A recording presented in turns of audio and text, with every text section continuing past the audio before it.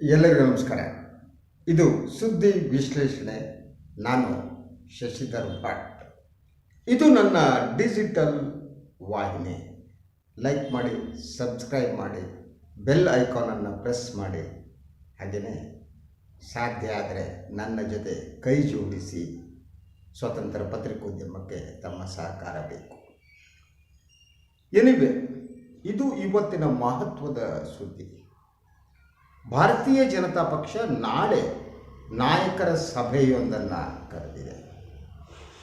ಈ ಸಭೆಯಲ್ಲಿ ಪಠ್ಯಪುಸ್ತಕ ಪರಿಷ್ಕರಣೆಯ ಬಗ್ಗೆ ಪ್ರಸಕ್ತ ಸರ್ಕಾರ ತೆಗೆದುಕೊಳ್ಳುವಂತಹ ತೀರ್ಮಾನಗಳೇನಿವೆ ಅದರ ವಿರುದ್ಧ ಹೋರಾಟ ನಡೆಸುವುದಕ್ಕೆ ರೂಪರೇಷೆಗಳನ್ನು ಸಿದ್ಧಪಡಿಸಲಾಗುತ್ತೆ ಅನ್ನೋದು ಮಾಹಿತಿ. ಸೊ ಪಠ್ಯಪುಸ್ತಕಗಳ ಪರಿಷ್ಕರಣೆ ಏನಿದೆ ಅದ ಈಗ ಪರಿಷ್ಕರಣೆ ಮಾಡುವುದಕ್ಕೆ BJPಯ ವಿರೋಧ ಇದೆ. ಈ ಸಭೆಯಲ್ಲಿ ಮಾಜಿ ಶಿಕ್ಷಣ ಸಚಿವ BC ನಾಗೇಶ್, ಸುರೇಶ್ ಕುಮಾರ್, ವಿಶ್ವೇಶ್ವರ ಹೆಗಡೆ ಅವರು ಪ್ರಮುಖವಾಗಿ ಭಾಗವಹಿಸಲಿದ್ದಾರೆ. ಸೊ ಈ ಮೂವರು ಯಾರು, ಇವರ ಹಿನ್ನೆಲೆ ಏನು, ಒಂದು ನಿಮಿಷ ಯೋಚನೆ ಮಾಡಿ. ಸುರೇಶ್ ಕುಮಾರ್, BC ನಾಗೇಶ್ ಇವರೆಲ್ಲ ಯಾರು, ಅವರ ತತ್ವ ಸಿದ್ಧಾಂತಗಳೇನು, ಯಾವ ಹಿನ್ನೆಲೆಯಿಂದ ಅವರು ಬಂದವರು, ಅವರ ನಂಬಿಕೆಗಳೇನು ಅದನ್ನು ಹೇಳಬೇಕಾಗಿಲ್ಲ. ಸೊ ಪಠ್ಯಪುಸ್ತಕಗಳು ಏನಿದೆ ಅದು ಹೇಗಿರಬೇಕು, ಇದು ಮೊದಲ ಪ್ರಶ್ನೆ. BJP ಯಾವ ಆಧಾರದ ಮೇಲೆ ಪಠ್ಯಪುಸ್ತಕಗಳ ಪರಿಷ್ಕರಣೆ ಮಾಡಿತು, ಈಗ ಅದನ್ನು ಬದಲಾವಣೆ ಮಾಡುವ ಅಗತ್ಯ ಇದೆಯೇ? ಒಂದು, ಈ ದೇಶದಲ್ಲಿ ಸಂವಿಧಾನವೇ ಪರಮೋಚ್ಚವಾದದ್ದು. ಯಾವುದೇ ನಿಮ್ಮ ತೀರ್ಮಾನಗಳು ಸಂವಿಧಾನ ವಿರೋಧಿ ಆಗಕೂಡದು. ಭಾರತದ ಸಂವಿಧಾನ ಬಹಳ ಸ್ಪಷ್ಟವಾಗಿ ಧರ್ಮ ನಿರಪೇಕ್ಷವಾದವನ್ನು ಒಪ್ಪಿಕೊಂಡಿದೆ.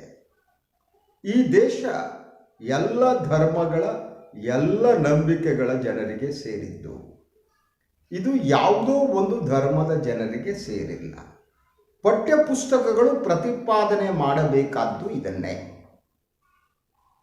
ಏನು ಕುವೆಂಪು ಹೇಳ್ತಾ ಇದ್ರು, ಸರ್ವ ಜನಾಂಗದ ಶಾಂತಿಯ ತೋಟ ಅಂಥೇಳಿ, ಅದಕ್ಕೆ ಪೂರಕವಾದ ಪಠ್ಯಪುಸ್ತಕಗಳನ್ನು ನಾವು ಕೊಡಬೇಕು ಅಲ್ವಾ? ಆದರೆ BJP ಸರ್ಕಾರ ಬಂದು ತರಾತುರಿಯಲ್ಲಿ ಏನು ಬದಲಾವಣೆ ಮಾಡ್ತಾರಲ್ವ, ಅದು ಏನು ಬದಲಾವಣೆ ಮಾಡಿದ್ದು, ಅದರ ಉದ್ದೇಶ ಏನು? ಬಹಳ ಸ್ಪಷ್ಟವಾಗಿ BJP ಸರ್ಕಾರ ಬಂದು ಪಠ್ಯಪುಸ್ತಕಗಳ ಒಂದು ಸಮಿತಿಯನ್ನು, ಪರಿಷ್ಕರಣಾ ಸಮಿತಿಯನ್ನು ನೇಮಿಸಿತು. ಅವರೆಲ್ಲರೂ ಕೂಡ ಹಿಂದೂ ರಾಷ್ಟ್ರದ ಕಲ್ಪನೆಯನ್ನು ಒಪ್ಪುವವರಾಗಿದ್ದರು. BJP ಉದ್ದೇಶ ಕೂಡ ಅದೇ ಆಗಿತ್ತು, ಮಕ್ಕಳಲ್ಲಿ ಹಿಂದೂ ರಾಷ್ಟ್ರದ ಪರಿಕಲ್ಪನೆಯನ್ನು ತುಂಬಬೇಕು ಮತ್ತು ಇಲ್ಲಿಯ ಸೆಕ್ಯುಲರ್ ಫ್ಯಾಬ್ರಿಕ್ ಏನಿದೆ ಅದನ್ನು ನಾಶಪಡಿಸಬೇಕು. ಜನ ಎಲ್ಲ ಇವರು ಯಾವುದನ್ನು ಹಿಂದೂಯಿಸಮ್ ಅಂತ ಹೇಳ್ತಾರೆ, ಹಿಂದೂ ಅಂತಾರೆ, ಆ ವ್ಯಾಖ್ಯೆಯ ಒಳಗಡೆ ಅವರ ಮನಸ್ಸನ್ನು ಸಿದ್ಧಪಡಿಸ್ಬೇಕು.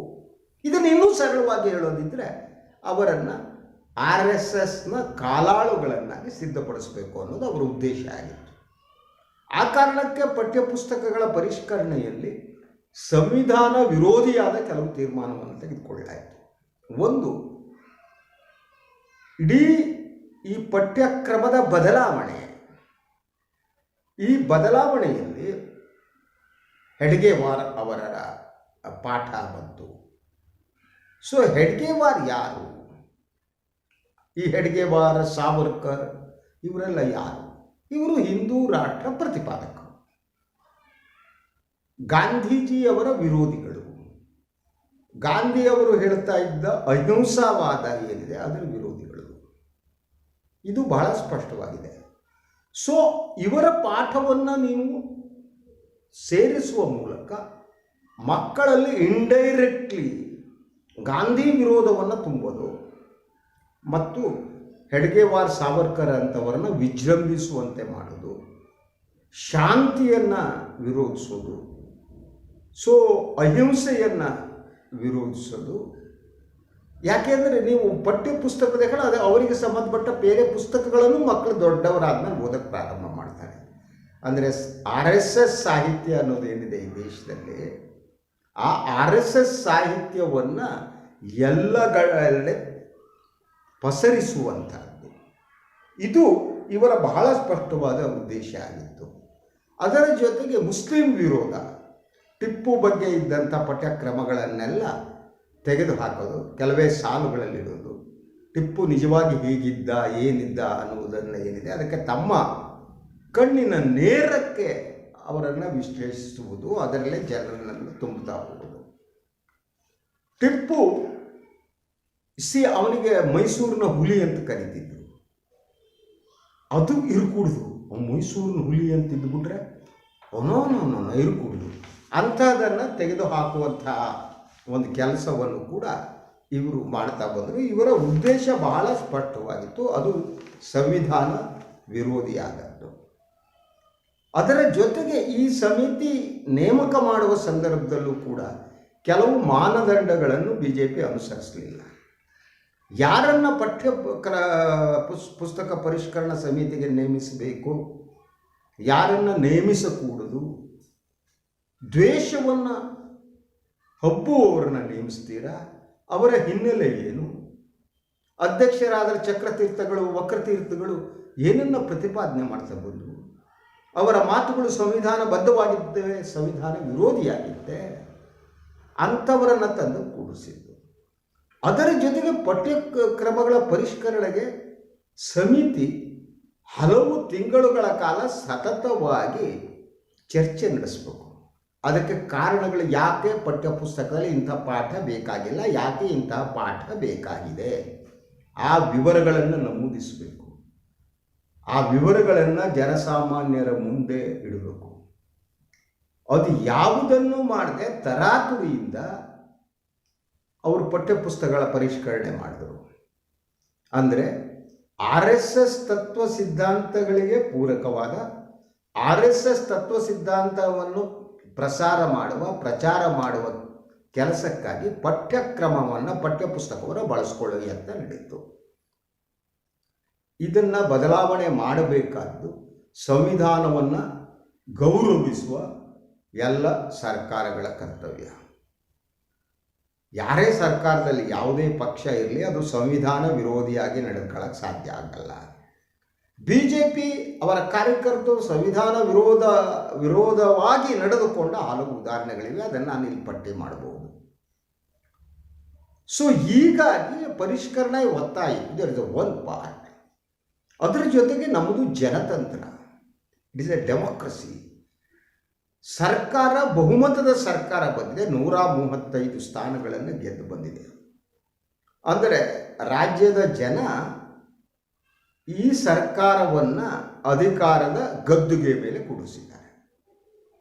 BJPಯನ್ನು ಅಧಿಕಾರದ ಗದ್ದುಗೆ ಮೇಲೆ ಕೂಡಿಸಿರಲಿಲ್ಲ, ಅವರು ಹಿಂಬಾಗಿಲ ಮೂಲಕ ಬಂದದ್ದು, ಆಪರೇಷನ್ ಕಮಲದ ಮೂಲಕ ಬಂದು ನಂತರ ನಿಲ್ಲಿಸಿದ್ರೆ ಇಡೀ ಜನರ ಮ್ಯಾಂಡೇಟೇ ಇರಲಿಲ್ಲ ಅವರಿಗೆ. ಯಾವತ್ತೂ ಕರ್ನಾಟಕದಲ್ಲಿ BJPಗೆ ಜನರ ಮ್ಯಾಂಡೇಟ್ ಇಲ್ಲವೇ ಇಲ್ಲ, ಸಿಕ್ಕೇ ಇಲ್ಲ ಯಾವತ್ತು. ಈ ಬಾರಿ ಸ್ಪಷ್ಟವಾಗಿ BJPಯನ್ನು ಕರ್ನಾಟಕದ ಜನ ತಿರಸ್ಕರಿಸಿದ್ದಾರೆ. What you mean by that? ಅದರ ಅರ್ಥ ಏನು? ಕರ್ನಾಟಕದ ಜನ BJPಯನ್ನು ತಿರಸ್ಕರಿಸಿದ್ದಾರೆ ಅಂದರೆ ಅವರ ತತ್ವಾದರ್ಶಗಳನ್ನು ತಿರಸ್ಕರಿಸಿದ್ದಾರೆ, ಅವರು ಮಾಡಿರುವ ಕೆಲಸವನ್ನು ತಿರಸ್ಕರಿಸಿದ್ದಾರೆ. That is called in a larger ಕಾಂಟೆಸ್ಟ್ನಲ್ಲಿ ನಾವು ಅದಕ್ಕೆ ಆ್ಯಂಟಿ ಇನ್ಕಂಬನ್ಸಿ ಅಂತ ಕರಿತೀವಿ ಅಲ್ವಾ. ಜನ ತಿರಸ್ಕಾರ ಮಾಡಿದ್ದಾರೆ. ಯಾಕೆ ತಿರಸ್ಕಾರ ಮಾಡಿದ್ದಾರೆ? ಪಠ್ಯಪುಸ್ತಕ ಪರಿಷ್ಕರಣೆ ಏನಿದೆ ಇದೂ ಒಂದು ಅಂಶ ಆಗಿತ್ತು ಚುನಾವಣೆಯಲ್ಲಿ, ಅದನ್ನು ಜನರ ಮುಂದೆ ಇಡಲಾಗಿತ್ತು. ಜನರ ಮುಂದೆ ಕಾಂಗ್ರೆಸ್ ಹೇಳಿತ್ತು ಪಠ್ಯಪುಸ್ತಕ ಪರಿಷ್ಕರಣೆಯನ್ನು ಸರಿಪಡಿಸ್ತೀವಿ ಅಂತ ಹಲವಾರು ಭಾಷಣಗಳಲ್ಲಿ ಹೇಳಿದರು ಕಾಂಗ್ರೆಸ್ ನಾಯಕರು. ಸೊ ಆ ಕಾರಣಕ್ಕಾಗಿ ಈಗ ಅಧಿಕಾರಕ್ಕೆ ಬಂದ ಮೇಲೆ ಪಠ್ಯಪುಸ್ತಕಗಳನ್ನು ಮತ್ತೆ ಪರಿಷ್ಕರಿಸುವ, ಸಂವಿಧಾನ ತತ್ವಾದರ್ಶವನ್ನು ಮತ್ತೆ ಎತ್ತಿ ಹಿಡಿಯುವ ಕೆಲಸವನ್ನು ಮಾಡಿ ಅಂತ ಜನ ಈ ಸರ್ಕಾರಕ್ಕೆ, ಈ ಪಕ್ಷಕ್ಕೆ ಆದೇಶ ನೀಡಿದ್ದಾರೆ. ಆದ್ದರಿಂದ ಅವರು ಬದಲು ಮಾಡಲೇಬೇಕಾಗಿದೆ. ಇಂತಹ ಯಾರ್ಯಾರು ಸಂಘ ಪರಿವಾರದ ಕಾಲಾಳುಗಳಿದ್ದಾರೆ ಅವರನ್ನು ಜನ ತಿರಸ್ಕರಿಸಿದ್ದಾರೆ, ಅವರ ತತ್ವಾದರ್ಶಗಳನ್ನು ತಿರಸ್ಕರಿಸಿದ್ದಾರೆ, ಅವರನ್ನು ಅಧಿಕಾರದಿಂದ ಇಳಿಸಿದ್ದಾರೆ. ಆದ್ದರಿಂದ ಈಗ ಪ್ರತಿಪಕ್ಷವಾಗಿ ನೀವು ಹೋರಾಟ ಮಾಡ್ಕೊಳ್ಳಿ, ಅದು ನಿಮ್ಮದು, ಜನ ಬೆಂಬಲ ಪಡೆಯೋದಕ್ಕೆ ನೋಡಿ. ಆದರೆ ಸಂವಿಧಾನವನ್ನು ಉಳಿಸುವ ಕೆಲಸವನ್ನು ಕಾಂಗ್ರೆಸ್ ಮಾಡುತ್ತೆ ಅಂತ ನಂಬಿದವನು ನಾನು. ಇದು ಇವತ್ತಿನ ಸುದ್ದಿ ವಿಶ್ಲೇಷಣೆ. ನನ್ನ ಈ ವಾಹಿನಿಯನ್ನು ಲೈಕ್ ಮಾಡಿ, ಸಬ್ಸ್ಕ್ರೈಬ್ ಮಾಡಿ, ಹಾಗೆಯೇ ಸಾಧ್ಯ ಆದರೆ ಸಹಾಯ ಮಾಡಿ. ಗೂಗಲ್ ಪೇ ನಂಬರ್ ಕೂಡ ಕೊಟ್ಟಿದ್ದೀನಿ ನಾನು. ನನ್ನ ಜೊತೆಗೆ ನಿಲ್ಲಿ. ಎಲ್ಲರಿಗೂ ಒಳ್ಳೆಯದಾಗಲಿ. ನಮಸ್ಕಾರ.